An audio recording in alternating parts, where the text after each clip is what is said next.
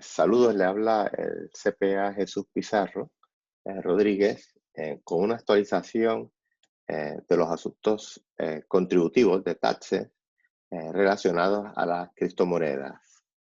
Eh, unas actualizaciones muy interesantes eh, que ha ocurrido en el último año.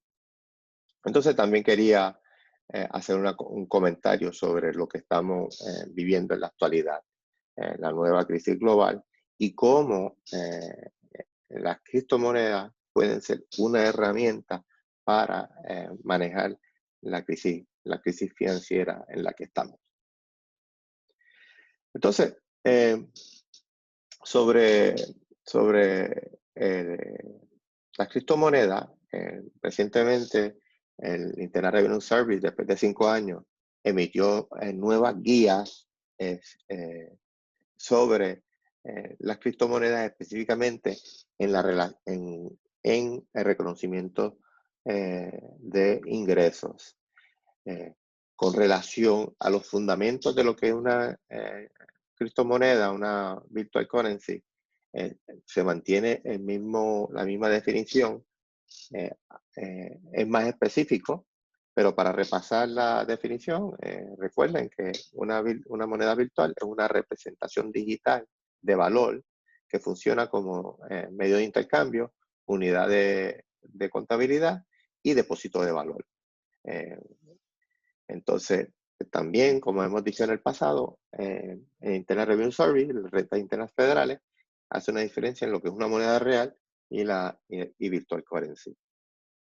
También, que esto no ha cambiado, en las monedas virtuales se tratan como propiedades. Y como se tratan como propiedades, normalmente están sujetas a eh, ganancias de capital y ganancias a corto plazo si es menos de un año. Si usted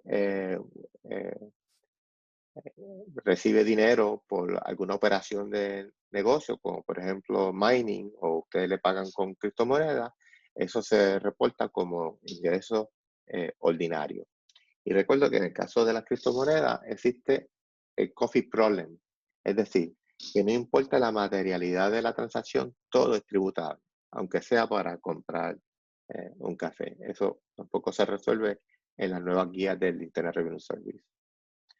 Entonces, una de las cosas más curiosas del nuevo ruling es que entra en el tema de las bifurcaciones, hard fork, y también de los airdrop. En los hard fork, y los hard fork más populares han sido el de Ethereum Classic y el de Bitcoin Cash. Las bifurcaciones en los proyectos open source, y acuérdense que Bitcoin y Ethereum, entre otros, son proyectos, al final del día, son software open source, que es una comunidad que voluntariamente se ponen de acuerdo para mantener ese software. Y es el mantenimiento de esos software, la visión, los cambios, se hacen en base a consenso. En ocasiones ese consenso no se logra y las partes que tienen puntos de vista diferentes son grandes lo suficiente y se crean eh, software diferente. Ese es el caso de OpenOffice y LibreOffice, que no se pusieron de acuerdo y son prácticamente en la actualidad dos software diferentes. Pero en el área de cryptocurrency no es diferente. En el caso del Bitcoin Cash, había un sector de la comunidad de Bitcoin que querían que el tamaño de los paquetes de los bloques de Bitcoin fuesen más grandes.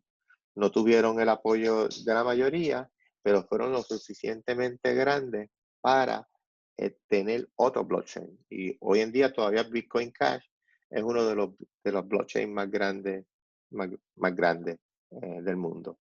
Entonces, ¿qué sucede? Que si usted tenía Bitcoin y de momento ocurrió la divulgación de Bitcoin Cash, entonces tiene un nuevo coin y por tanto lo que está diciendo el Internal Revenue Service, que en ese caso, tan pronto usted tiene control de esa nueva moneda, ese evento es un evento tributario. Lo mismo con los airdrop. Los airdrop ocurren que son una distribución de token al azar. Prácticamente eso ocurre mucho en el blockchain de Ethereum, en donde hay compañías que para traer participantes en sus proyectos, en sus networks, regalan un token. Esos tokens en ocasiones, pero en la gran mayoría, en ocasiones tienen un valor. Pero en la gran mayoría, déjame decirte que en mi experiencia, en mis observaciones, es que en la gran mayoría de su valor es prácticamente cero o negativo.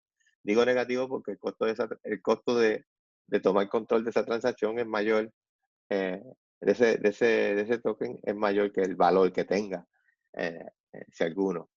Entonces, ahí también Internet Revenue Service los define y también indica que tan pronto tenga control de esos tokens, de esos activos digitales,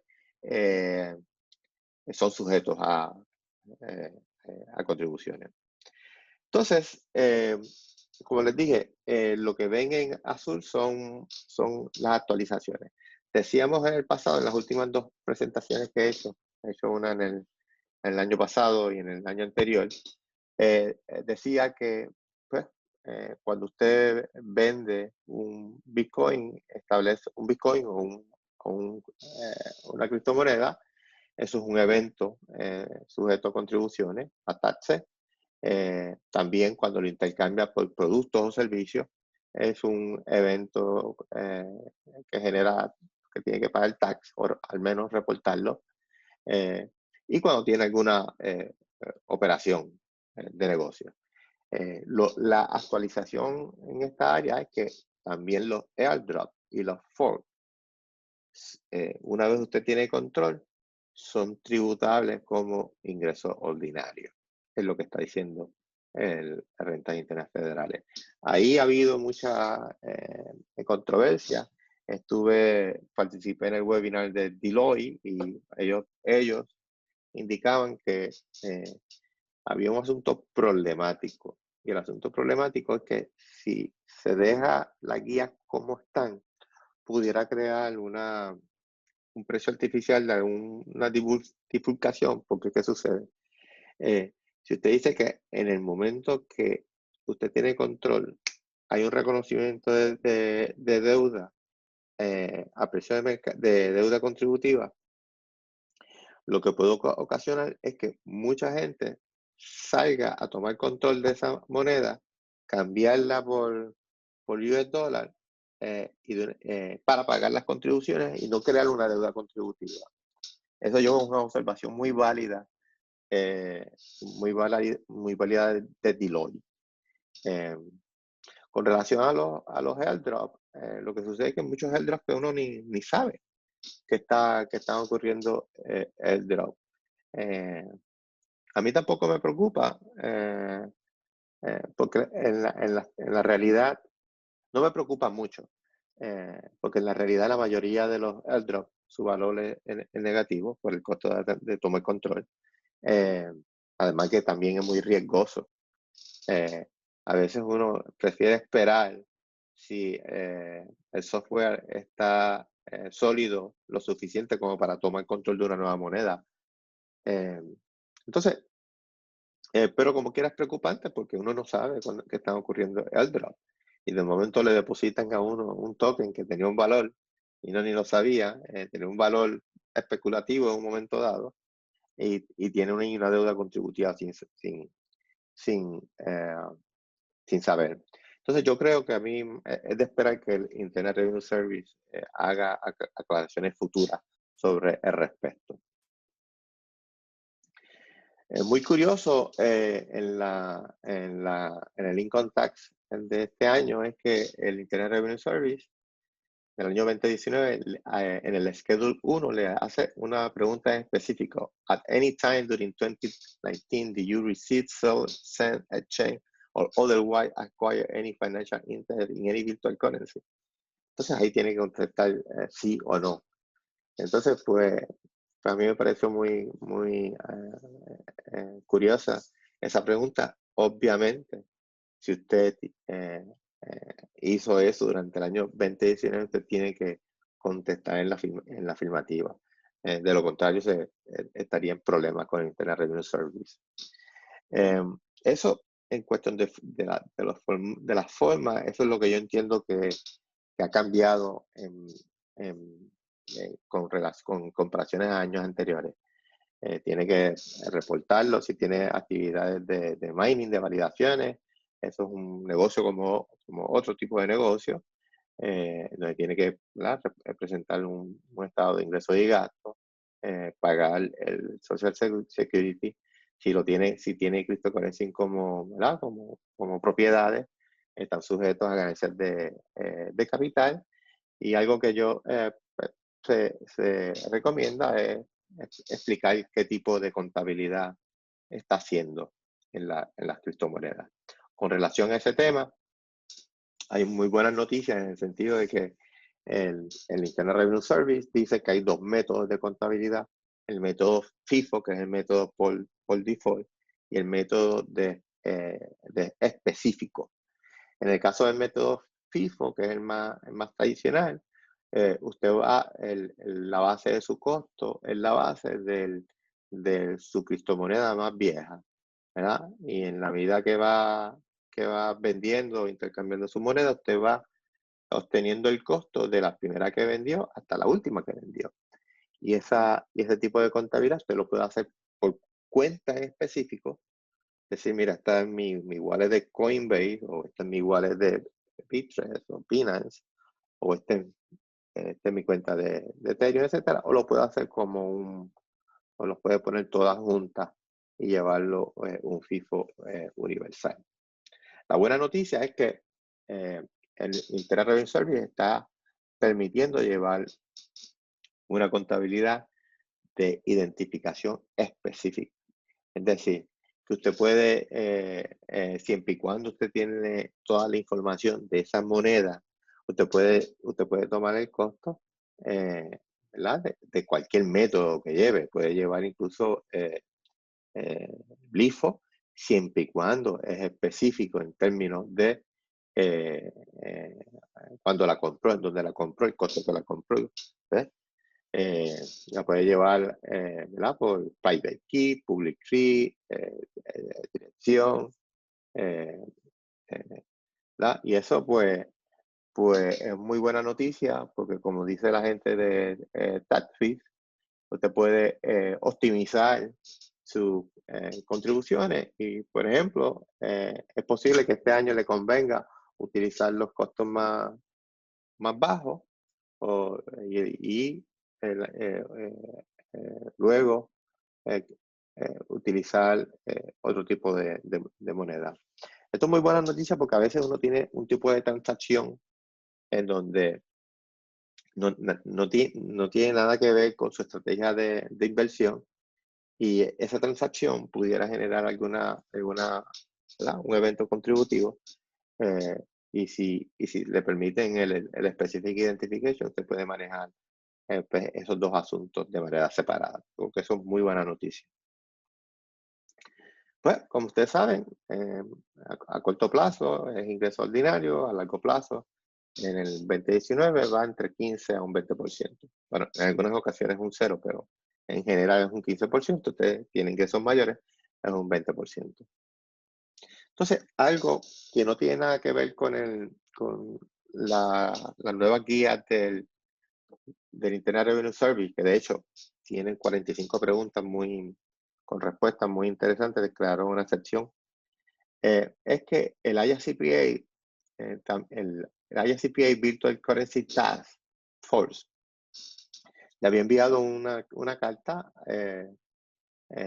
al gobierno federal con relación al requerimiento de reportar la forma del Foreign Bank and Financial Account, en donde cuando usted tiene cuentas que sobrepasan $10,000 o más en un país extranjero, usted tenía que llenar esa forma y reportarlo. De lo contrario, usted se exponía a una penalidad de $10,000 por cuenta. El ICPA le pregunta si eso es aplicable a las cryptocurrencies, y para mi sorpresa, y para la sorpresa de muchos, pues mira, no se necesita reportar. Ellos dicen que las criptomonedas eh, no llenan ese requerimiento. Eso también es una buena noticia para muchos. Esto es una de las recomendaciones que yo hacía en el pasado. Ahora con mejor evidencia, pues mira, ya usted no lo tiene que hacer. Eh, eh, Tampoco pierde nada haciéndolo, ¿verdad? El tiempo, pero ya por lo menos tiene ahí un documento que sustenta que no tiene que hacerlo. Pues recomendaciones, este año, pues un año de pandemia, ya abril 15 se pospuso para julio 15. A mí no, como quiera me parece que tiene que hacer el pago no estoy claro si tienes que hacer el pago para abril 15, pero la extensión automática no cuesta nada. Eh, Recomiendo que usted explique su método de contabilidad en la forma 8285, mantenga un récord, ya sea en una hoja de Excel, y si usted es un trader o lleva bastantes transacciones, adquirir un software y contratar un CPA, ¿verdad? Eh, en el pasado, ¿verdad? Yo había mencionado les había comentado mi experiencia con Bitcoin Tax, porque es el que en aquel momento cuando fui a hacer mis primeros taxes era el único que conocía, que tenía la confianza de utilizarlo por recomendaciones de otros. Ya en el mercado hay muchas opciones, hay muchas opciones. Yo continúo utilizando Bitcoin Tax porque no he tenido el tiempo ¿verdad? De hacer un comparativo con otros software, pero por lo que he visto son muy buenos. Posiblemente este año tenga más tiempo y pueda hacer alguna comparación. Eh, eh, También, si usted tiene, ¿verdad? Muchas actividades, bastantes transacciones, mi recomendación es que usted busque un CPA especializado en cryptocurrency, y ya hay bastantes también, ya hay muchos CPA. El IACPA tiene un programa de blockchain en donde hay muchos CPA que se están especializando en esta área, o también un enrollment agent con expertise en criptomonedas. eh, eh, y si usted es un trader, que sea también ¿verdad? Un CPA con peritaje en trading. Un CPA lo puede ayudar no tan solamente ¿verdad? ¿Cuál es la mejor manera de la contabilización de sus criptomonedas, pero también identificar su modelo de negocio y establecer cuál es lo mejor que le conviene en términos de, de una entidad corporativa, etcétera, para reducir su carga contributiva. Entonces, si usted ve esto muy complicado, usted lo puede resolver fácilmente durándoselo a Heifer International. Como ustedes saben, trabajo para Heifer International, dirijo la iniciativa de blockchain. Allí aceptamos Bitcoin, Ethereum, Stellar, Ripple y Litecoin. Y en el wallet de Ethereum, si usted tiene también otros tokens, también los aceptamos. Algo que indicó en el webinar que tomé de Deloitte es que no estaba claro si en donaciones de mayor de $5,000 se tenía que hacer una tasación y llenar la forma 8283. Eso es una observación importante de Deloitte, y esperamos que en rentas internacionales también hagan sus aclaraciones con respecto a esa observación de Deloitte. Entonces, para obtener información adicional, aquí les dejo las referencias que he utilizado para actualizar esta presentación. Obviamente, el Internet Revenue Service tiene un área de virtual currency, añadió unas 45 preguntas y respuestas, añadió, como les dije, pues las nuevas guías de reconocimiento de ingresos, 2019-24. El IACPA también en su página de internet y en el Journal of Accountancy está produciendo también muy buena información sobre aspectos contributivos y virtual currency. También les recomiendo el Bitcoin Tax podcast de Bitcoin Tax y la página de internet de Deloitte. Entonces, con relación, que está el comentario que quería decir, ustedes se acordarán que cuando hablábamos de Bitcoin, o la característica más importante de Bitcoin desde el punto de vista financiero, no desde el punto de vista tecnológico. Desde el punto de vista tecnológico, eh, eh, sus aportaciones son más grandes, inclusive que desde el punto de vista eh, financiero, y que son muchas. Decíamos que Bitcoin era una herramienta para manejar el riesgo a la pérdida de poder adquisitivo, porque su política monetaria ya estaba definida. Una política en donde va a haber 21 millones de Bitcoin y no más. Es decir, que es un instrumento financiero deflacionario. Algo que va a estar ocurriendo y que está ocurriendo con la pandemia del COVID-19 es que a raíz del cash económico y el desempleo que dicen muchos que podría llegar a un 30% en los Estados Unidos, imagínense en otros países, los gobiernos van a emitir dinero para manejar la crisis. Cuando un banco central emite dinero, eso siempre se paga, y se paga con la inflación. Hay países como los Estados Unidos que por tener una moneda global, el impacto a la inflación no es tan brutal como en otros países, pero hay un efecto de inflación, se pierde poder adquisitivo. Por tanto, recomendamos en el pasado que tener Bitcoin en su portfolio era un instrumento que lo podía ayudar a manejar el riesgo de la inflación. Muchos han dicho, Bitcoin no ha respondido como se pasaba, como se esperaba. Bueno, lo que ha sucedido en el momento es una caída en los precios de las acciones. Decíamos que Bitcoin es un instrumento para manejar el riesgo a la inflación.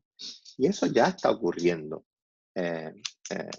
y va a ocurrir, ¿verdad? Si vemos la historia. Y entonces, pues ahora es más relevante que en los últimos 11 años de Bitcoin, monedas como Bitcoin o instrumentos financieros como Bitcoin, donde tienen una política monetaria deflacionaria, son instrumentos para reducir el riesgo a la inflación. También son instrumentos para una diversificación internacional, porque en el caso de Bitcoin es una moneda global. Quería cerrar con ese comentario. Y nada, como ustedes saben, estoy a sus servicios. Me pueden escribir a mi cuenta de Gmail, CPA Jesús Pizarro, también a mi Twitter, Pizarro Jesús, y pueden leer en un blog recientemente que hablé sobre este tema, cómo se puede utilizar la criptomoneda como una herramienta para manejar la crisis global. Bueno, pues muchas gracias. Les deseo mucho éxito en la rendición de las cuentas contributivas.